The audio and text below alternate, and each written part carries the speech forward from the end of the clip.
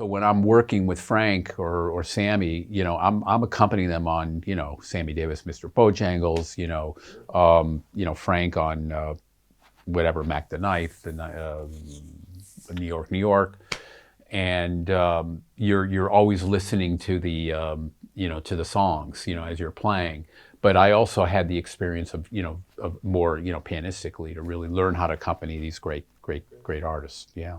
What when was it high pressure? You were still relatively Well, young. believe it or not, what happened was with Sinatra was Les Brown cornered me one night and he said, by the way, we're going to Palm Springs tomorrow and we're working with Sinatra. So I didn't have enough time to be really stressed out.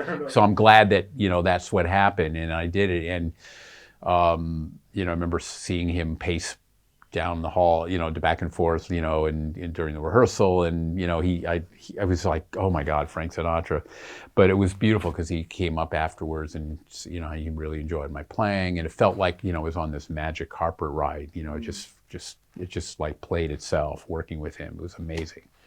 Yeah, especially that era of music sounds so magical. Obviously, for me who wasn't alive at that point. But how would you describe kind of the musical landscape or culture, especially compared to what it is these days? Well, don't forget, even then, what's really interesting is that I feel like I have much more respect now, having worked with Frank, than I did during that time, because what was going on at that time was disco.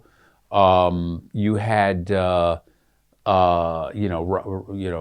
see, we're talking about late 70s, a lot of, the whole Laurel Canyon, that whole era. So what I was doing was not the hippest thing, but of course to my parents, that generation, they were all over me, but now, what's interesting is the younger generation is like in awe, like the Dennis's, Van Arsen's, like, you work with Frank Sinatra?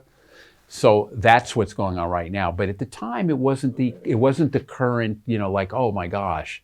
And don't forget, even Frank at that time was not at the height of his career, because, rock and roll came, the Beatles, when they came in, and the whole, Led Zeppelin and, the Who and all these bands. And that was, what my peers were, if playing, piano or playing with more of the rock stuff, So I was a jazz head, and then we're going to get into, with me, writing pop songs, and it was an interesting transition, which but that was the thing, yeah.